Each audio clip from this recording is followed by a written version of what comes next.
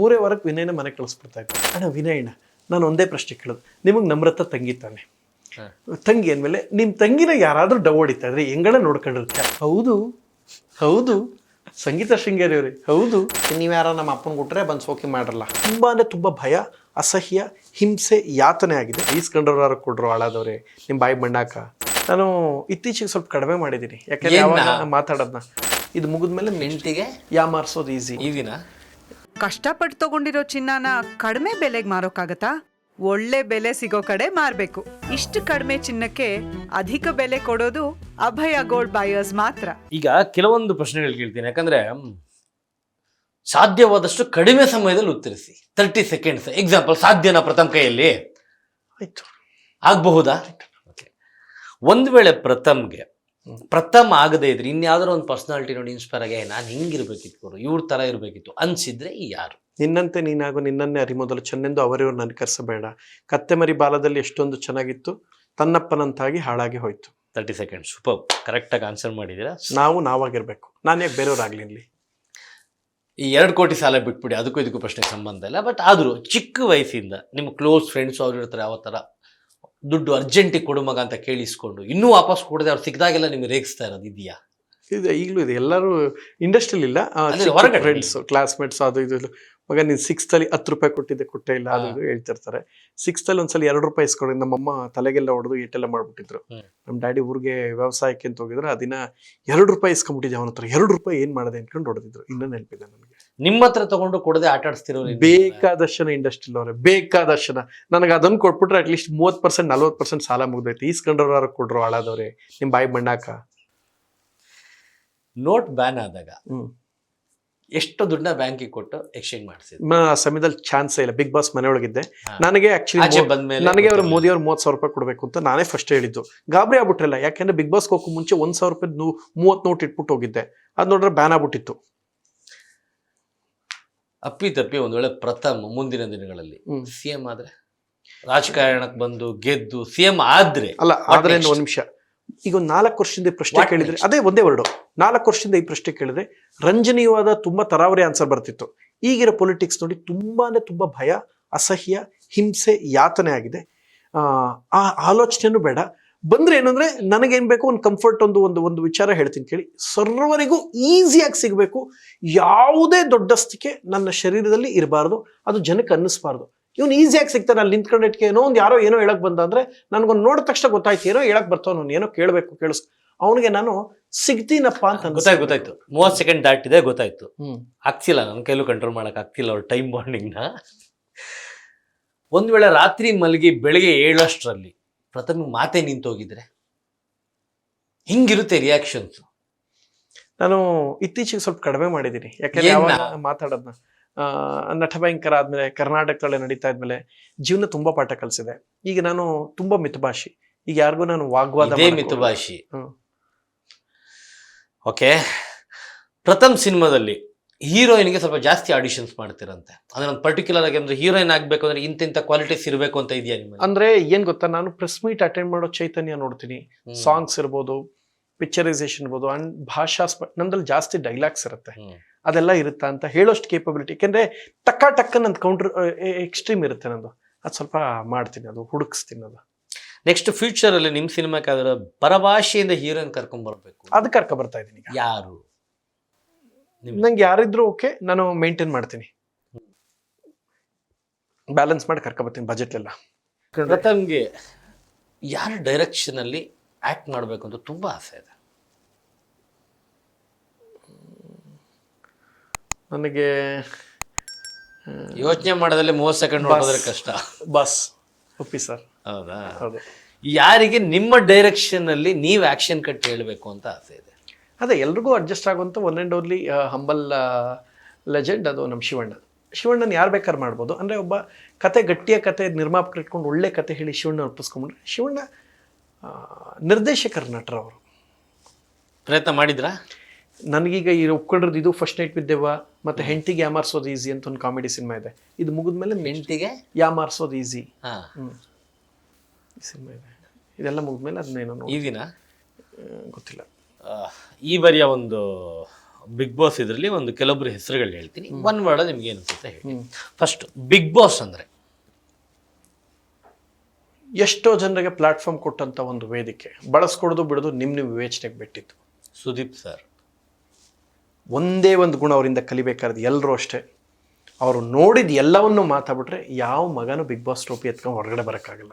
ಎಲ್ಲವನ್ನು ತಡೆದು ಪೇಷನ್ಸಿಂದ ಯಾರಿಗೇನು ಎಚ್ಚರಿಕೆ ಕೊಟ್ಟು ಮಾತಾಡಿ ಆ ಎನರ್ಜಿ ತುಂಬಿ ಎಲ್ಲರನ್ನೂ ಗೌರವಿಸೋದವರು ಅವರೇ, ಇವರೇ, ಪ್ರಥಮ್ ಅವರೇ, ಗಣೇಶ್ ಅವರೇ, ದೀಪಕ್ ಅವರೇ, ಗಿರೀಶ್ ಅವರೇ, ಸಿರಿ ಅವರೇ, ಎಲ್ಲರೂ ಅಷ್ಟೇ.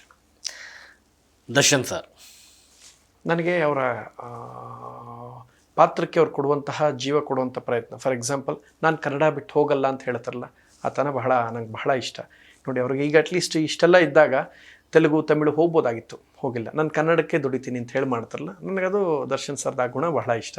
ಆ್ಯಂಡ್ ಅವ್ರ ಸಿನಿಮಾಗಳು ಒಂದು ನಾವು ಅನುಭವಿಸ್ಬೋದು. ಒಬ್ಬ ಬಿರಾದರ್ ಅಂತ ಒಬ್ಬ ಹಾಸ್ಯ ನಟ ಹೀರೋ ಆಗ್ತಾನೆ. ಯಾರ ಸಿನಿಮಾದಲ್ಲಿ? ದರ್ಶನ್ ಸರ್ ಸಿನಿಮಾದಲ್ಲಿ ಹೀರೋ ಆಗ್ತಾರೆ. ಅದು ಫ್ಲೋಲ್ ಹೇಳಿದ್ದು. ಬಿರಾದರ್ ಅನ್ನೋ ಒಂದು ಪಾತ್ರನ ಹೀರೋ ಮಾಡ್ತಾರೆ. ಕುಮಾರ್ ಗೋವಿಂದ್ ಅಂತ ನೇಪಥ್ಯಕ್ಕೆ ಸರ್ದವ್ರನ್ನ ತೊಗೊಂಬಂದು ಮುಂದಕ್ಕೆ ತೊಗೊಂಡು ಫ್ರಂಟ್ ಲೈನಲ್ಲಿ ಇಡ್ತಾರೆ. That is Darshan sir. ನಂಗೆ ಅದಕ್ಕೆ ಅವ್ರು ಇಷ್ಟ. ಅವಾಗ ಹೇಳಿದ್ರೆ ನೀವು ನಮ್ಮಲ್ಲಿ ಸಾಕಷ್ಟು ಹಳೆಯ ಕಲಾವಿದನ ಉಪಯೋಗಿಸ್ಕೊಂತಿಲ್ಲ ಅಂತ. ದರ್ಶನ್ ಸರ್ ಪ್ರತಿ ಸಿನಿಮಾದಲ್ಲೂ ಮಾಡ್ತಾ ಇದ್ದಾರೆ. ಖುಷಿ ಇದೆ ನನಗೆ. ಕನ್ನಡಿಗರನ್ನೇ ಅವರು ಬಳಸ್ಕೊಂತಾರೆ. ನಾನು ಅವ್ರಿಗೆ ಯಾವಾಗಲೂ ಅದೇ ಹೇಳೋದು. ಯಾವಾಗ ಅಂದರೆ ಅವರು ಇಲ್ಲಮ್ಮ, ನಮ್ದು ಏನಿದೆ ಅಷ್ಟು ನೋಡಮ್ಮ, ನಮ್ಮ ಮಾರ್ಕೆಟ್ ಏನಿದೆ ಇದಕ್ಕೆ ತಕ್ಕಂತೆ ಹಾಕಿ ನಮ್ಮ ಕಲಾವಿದನ ಕರೆದು ಕೆಲಸ ಕೊಡಮ್ಮ ಅಂತ.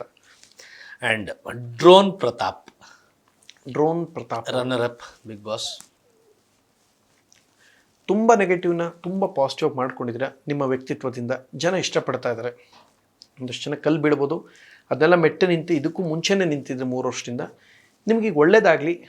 ಇನ್ನೂ ಎಚ್ಚರಿಕೆಯಿಂದ ಎಚ್ಚೆತ್ಕೊಂಡು ಲೈಫನ್ನು ಅನುಭವಿಸಿ, ಪ್ರತಿ ಕ್ಷಣವನ್ನು ಜೀವಿಸಿ. ಮಾತಾಡಬೇಕಾದ್ರೂ ಅಷ್ಟೇ. ಯಾಕೆಂದರೆ ಈಗೇನಾಗುತ್ತೆ ಅಂದರೆ ಯಾವ ಕಾಂಟ್ರವರ್ಸಿಗೂ ಸಿಗಾಕೊಳ್ಳದೆ ಚೆನ್ನಾಗಿ ಬದುಕಿ. ನಿಮ್ಮ ಅಪ್ಪ ಅಮ್ಮನ ಕನಸು ಈಡೇರಿಸಿ. ಪುಟ್ಟಿನ ಚೆನ್ನಾಗಿ ನೋಡ್ಕೊಳ್ಳಿ.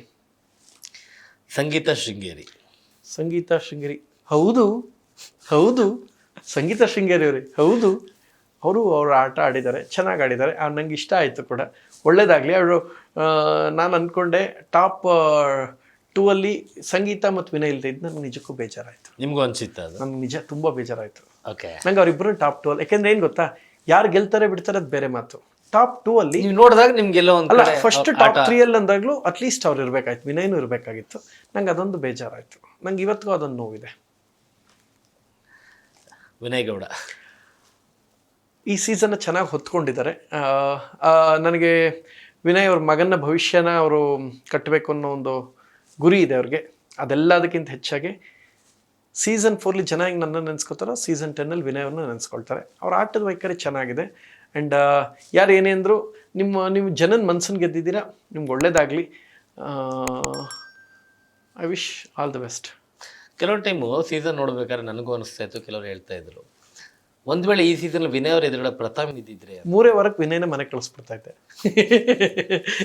ನಾನು ಅವ್ರಿರ್ತಾರೆ ಜಗಳ ಆಡೋಕ್ಕೆಲ್ಲ ಹೋಯ್ತಿರಲಿಲ್ಲ. ಒಂದೇ ಪ್ರಶ್ನೆ ಅಣ್ಣ ವಿನಯ್ ಅಣ್ಣ, ನಾನು ಒಂದೇ ಪ್ರಶ್ನೆ ಕೇಳೋದು, ನಿಮಗೆ ನಮ್ರತ ತಂಗಿ ತಾನೆ? ತಂಗಿ ಅಂದಮೇಲೆ ನಿಮ್ಮ ತಂಗಿನ ಯಾರಾದರೂ ಡವ್ ಹೊಡಿತಾ ಇದ್ರೆ ಹೆಂಗಣ ನೋಡ್ಕೊಂಡಿರ್ತೀಯ? ಅವ್ರ ಸ್ನೇಹಿತ ಬಂದು ತಂಗಿಗೋಸ್ಕರ ಅಲ್ವಾಡ ರಾಮಾಯಣ ನಡೆದಿದ್ದು, ತಂಗಿಗೋಸ್ಕರ ಒಂದು ಹೆಣ್ಗೋಸ್ಕರ ಇದು ನಡೆದಿದ್ದು, ಅದು ಹೆಂಗಣ ನಿಮ್ಮ ತಂಗಿನ ಡವ್ ಹೊಡಿತಾ ನಿಂತ್ಕೊಳ್ತಿದ್ದೆ? ನಿಜವಾಗ್ಲೂ ಹೆಂಗೆ ನಾನೇ ಕಾಲು ಎಳೆದ್ಬಿಟ್ಟು ಟೆಕ್ನಿಕಲಿ ಕೆಲವು ಪಾಯಿಂಟ್ ಹಾಕಿ ಕಟ್ ಮಾಡಿ ಅಪ್ಪನ್ನ ಮಂಕ್ ಮಾಡಿಬಿಡೋನು. But end of the day ಎಲ್ಲ ಚೆನ್ನಾಗಿ ಆಡಿದ್ದಾರೆ. And Tukali Santosh paid promotion ಆತ ಮಾಡಿಲ್ಲ. ನನಗೆ ಆ ಕಾರಣಕ್ಕೆ ಮೊದಲನೇದಾಗಿ ಅಭಿನಂದಿಸ್ತೀನಿ. ಎರಡನೇ ವಿಚಾರ ಏನಂದರೆ, ಸುದೀಪ್ ಸರು ಅರ್ಧ ಗಂಟೆ ಒಂದು ಎಪಿಸೋಡ್ ಸೆಗ್ಮೆಂಟಲ್ಲಿ ಅರ್ಧ ಗಂಟೆ ಅವನ್ನೇ ಮಾತಾಡಿಸ್ತಾ ಇದ್ರು, ನೋಡಿರ್ಬೇಕು. ಸೊ ರಂಜಿಸಿದ್ದಾರೆ. ಈ ಸೀಸನ್ನು ಸಂಗೀತ, ವಿನಯ್, ತುಕಾಲಿ ಆ್ಯಂಡ್ ಕಾರ್ತಿಕ್ ಇವರೆಲ್ಲ ಇಲ್ಲದೇ ಇದ್ದರೆ ಖಾಲಿ ಆಗಿರ್ತಾ ಇತ್ತು, ಕಷ್ಟ ಆಗ್ತಿತ್ತು. ವರ್ತೂರ್ ಸಂತೋಷ್ ಅಣ್ಣ ಅಪ್ಪನ ದುಡ್ಡಲ್ಲಿ ಸೋಕಿ ಮಾಡ್ದ ಅಂತ ಹೇಳ್ತಾರೆ. ಹೌದು, ನಾನು ನಮ್ಮ ಅಪ್ಪನಿಗೆ ಹುಟ್ಟಿರೋದು, ಅದಕ್ಕೆ ಸೋಕಿ ಮಾಡ್ತೀನಿ. ನೀವು ಯಾರೋ ನಮ್ಮ ಅಪ್ಪನಿಗೆ ಹುಟ್ರೆ ಬಂದು ಸೋಕಿ ಮಾಡ್ರಲ್ಲ. ಏನಪ್ಪ ಅವ್ರ ಸ್ಟೈಲ್, ಅವ್ರದ್ದೇ ಒಂದು ಸ್ಟೈಲು. ಆ್ಯಕ್ಚುಲಿ ವರ್ತೂರು ಬಿಡಿ, ಅವ್ರದ್ದೊಂದು ಒಳ್ಳೆ ವಿಚಾರ ಇದೆ, ಇನ್ನೊಮ್ಮೆ ಹೇಳ್ತೀನಿ. ಬೆಂಕಿ ತನಿಷಾ ನನ್ನ ಸಿನಿಮಾಲಿ ಆ್ಯಕ್ಟ್ ಮಾಡಿದ್ದಾರೆ ಕರ್ನಾಟಕ ತಳಿಯಲ್ಲಿ, ಮುಗಿಸ್ ಹೋಗಿದ್ದಾರೆ. ನಾನು ಅವ್ರಿಗೇನು ಬಿಗ್ ಬಾಸ್ ಅಲ್ಲಿ ನೋಡಿದಾಗ ಏನು ಚೆನ್ನಾಗಿ ಆಡಿದ್ದಾರೆ, ನಿಜವಾಗ್ಲೂ ಚೆನ್ನಾಗಿ ಆಡಿದ್ದಾರೆ. ಅದು ಅಷ್ಟಿದ್ದದಕ್ಕೇ 10-12 ವಾರ 14 ವಾರ ತನಕ ಅವ್ರು ಬಂದು 15ನೇ ವಾರಕ್ಕೆ ಅವ್ರು ವಾಪಸ್ ಬಂದಿದ್ದು. Winner Karthik. Good. Super. Karthik ಗೆದ್ದಿದ್ದಾರೆ, ಜನರ ಮನಸ್ಸನ್ನು ಗೆದ್ದಿದ್ದಾರೆ. ಅವ್ರು ಯಾರ್ಯಾರಿಗೆ ಉತ್ತರ ಕೊಡಬೇಕು ಆಟದ ವೈಕಲ್ ಉತ್ತರ ಕೊಟ್ಟಿದ್ದಾರೆ, ಯಾರ್ಯಾರು ಏನೇನು ಹೇಳಿದ್ದಾರೆ ಎಲ್ರಿಗೂ ಆನ್ಸರ್ ಮಾಡಿದ್ದಾರೆ. ಒಳ್ಳೆಯದಾಗಲಿ. ನಾನೊಂದು ಸಣ್ಣ ಸಲಹೆ ಹೇಳ್ತೀನಿ. ಎಲ್ಲ ಒಂದಷ್ಟು ಜನ ಏನಿರುತ್ತೆ ತಪ್ಪು ಹುಡ್ಕೋ ಕಾಯ್ತಾ ಇರ್ತಾರೆ ನಿಮ್ಮ ಹೇಳಿಕೆನ. ಕಾರ್ತಿಕ್, ನಿಮ್ಮ ಹೇಳಿಕೆನ ತಿರ್ಚೋದು ಅವೆಲ್ಲ ಒಂದಷ್ಟು ನಡೆಯುತ್ತೆ. ಹೇಳುವಾಗಲೂ ಕೂಡ ನೀವು ಮೊದಲಿದ್ದಿದ್ದೇ ಹಂಬಲ್ಲಾಗಿ ಹಾಗೆ ಕಾಣಿಸ್ಕೊಳ್ಳಿ. ಯಾಕೆಂದರೆ ತಿರ್ಚೋಂಥ ಸಾಧ್ಯತೆ ಹೆಚ್ಚಿರುತ್ತೆ. ತಿರುಚಿದಾಗ ಸಿಗಾಕೊಂಡು ಪರದಾಡ್ತೀರಾ, ಹಂಗೆ ಮಾಡ್ಕೋಬೇಡಿ. ಬಿಗ್ ಬಾಸ್ 10 ಸೀಸನಲ್ಲೂ ಕೆಲವೊಂದು ಸೀಸನ್ನು ಇಂಥವ್ರು ಅಂತ ಗೆದ್ದ ಮೇಲೆ ಮೋಸ್ಟ್ ಆಫ್ ಎಲ್ಲ ಖುಷಿ ಪಡ್ತಾರೆ, ಇವರೇ ಡಿಸರ್ವ್, ಇವರೇ ಗೆಲ್ಲಬೇಕಿತ್ತು ಅಂತ. ಅದು ಬಿಟ್ಟು ಕೆಲವೊಂದು ಸೀಸನಲ್ಲಿ ಗೊಂದಲಗಳಿರುತ್ತೆ, ಇವರಲ್ಲ ಇವ್ರು ಆಗಬೇಕಿತ್ತು, ಇವರಲ್ಲ ಇವ್ರು ಆಗಬೇಕಿತ್ತು ಅಂತ. ಈ ಸೀಸನ್ ಹೇಗಿತ್ತು ನಿಮಗೆ? ನನಗೆ ಈ ಸೀಸನ್ ಹೇಳಿದ್ನಲ್ಲ, ಸಂಗೀತ ಮತ್ತು ವಿನಯ್ ಅಂದರೆ ನಿಮಗೆ ಸಂಗೀತ, ವಿನಯ್, ಕಾರ್ತಿಕ್ ಚೆನ್ನಾಗಿ ಆಡಿದ್ದಾರೆ, ನಂಗೆ ಸಂತೋಷ. ಬಟ್ ಟಾಪ್ 2 ಅವರಿಬ್ಬರಲ್ಲಿ ಒಬ್ರು ನೋಡದೇ ಇದ್ದಾಗ ನನಗೆ ನೋವಾಯಿತು, ನಂಗೆ ಬೇಜಾರಾಯಿತು. ಇದು ನನ್ನ ಪ್ರಾಮಾಣಿಕ ಇಬ್ಬರು ಇಲ್ಲದೆ. ಆಗ ನನ್ನ ಜನಗಳು ನೀವೆಷ್ಟು ಪ್ರಮೋಟ್ ಮಾಡೋದನ್ನು ಓಟ್ ಮಾಡಿಸ್ಬೇಕು, ಅಷ್ಟಿದ್ರೆ ಅದನ್ನು ಹೇಳ್ತೀನಿ. ಅವರಿಬ್ಬರಲ್ಲಿ ಒಬ್ಬರಾರು ಇರಬೇಕು, ಇಬ್ಬರು ಇಲ್ಲ ಅಂತ ಬೇಜಾರಾಯಿತು. ಕೊನೆಯದಾಗಿ ನಿಮ್ಮ ಸೀಸನ್ ವರ್ಸಸ್ ಈ ಸೀಸನ್ ಅಂತ ತೊಗೊಂಡು ಕೆಲವೊಂದು ಕ್ಯಾರೆಕ್ಟರ್ಗಳು ತೊಗೊಂಡ್ರೆ ಯಾರಿಗೆ ಮ್ಯಾಚ್ ಆಗ್ತಾರೆ?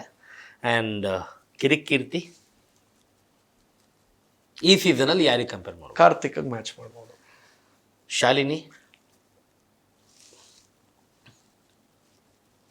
ನಿರಂಜನ್ ಇಬ್ಬರು ತುಕಾಲಿಗೆ ಮ್ಯಾಚ್ ಆಗ್ಬೋದು. ಇಬ್ಬರು ತುಕಾಲಿಗೆ. ಓಕೆ. ಆ್ಯಂಡ್ ಸಂಜನಾ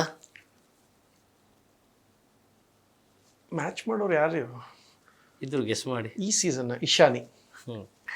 ಭುವನ್ ಅವರು first of all congratulations Bhuvan, ನಿಮ್ಮ ಮದುವೆ ಆಗಿರೋದಕ್ಕೆ. ಆ್ಯಂಡ್ ಒಳ್ಳೆ ಲೈಫ್ ಲೀಡ್ ಮಾಡ್ತಾ ಇದ್ದಾರೆ, ಅಭಿನಂದನೆಗಳು. ಭುವನ್ ಹೆಚ್ಚು ಕಡಿಮೆ ಕಾರ್ತಿಕ್ ಹೆಚ್ಚು ಕಡಿಮೆ ಸ್ವಲ್ಪ ಹೋಲ್ತಾರೆ. ಕಾರ್ತಿಕ್ ಅವ್ರಿಗೂ. ರೇಖಾ ಸರಿ ಮ್ಯಾಮ್.